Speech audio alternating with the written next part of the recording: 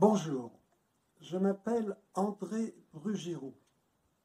Je viens de publier un 9e ouvrage, un essai intitulé « Victor Hugo et l'ère nouvelle ». Certes, des livres sur Victor Hugo sortent à l'appel dans le monde, mais dans mon essai, l'angle que j'ai pris est totalement inédit. On sait que Victor Hugo avait des idées d'avant-garde et des visions du paradis sur terre qui lui ont attiré beaucoup de railleries et de moqueries. Dans mon essai, je veux montrer en fait que c'est lui qui avait raison.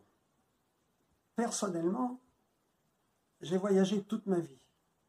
Je suis né avant la guerre et suite à mon enfance dans la guerre, j'ai voulu aller rencontrer les hommes du monde entier pour savoir si un jour ils seront capables d'établir la paix. La réponse à ma quête planétaire est que la paix est non seulement possible, elle est inévitable. En voyageant, j'ai découvert qu'au XIXe siècle, en Perse, a eu lieu une révélation. La révélation Baha'i, qui a expliqué à l'humanité comment s'unir pour pouvoir finalement bâtir cette paix. Plus tard, et à ma grande surprise, j'ai découvert que la plupart des idées contenues dans les écrits de cette révélation Baha'i se retrouvent dans l'œuvre de Victor Hugo.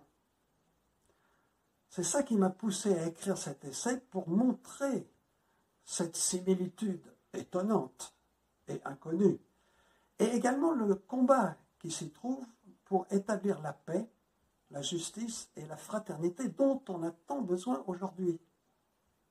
C'est donc un livre d'actualité. Le lien entre ces deux grands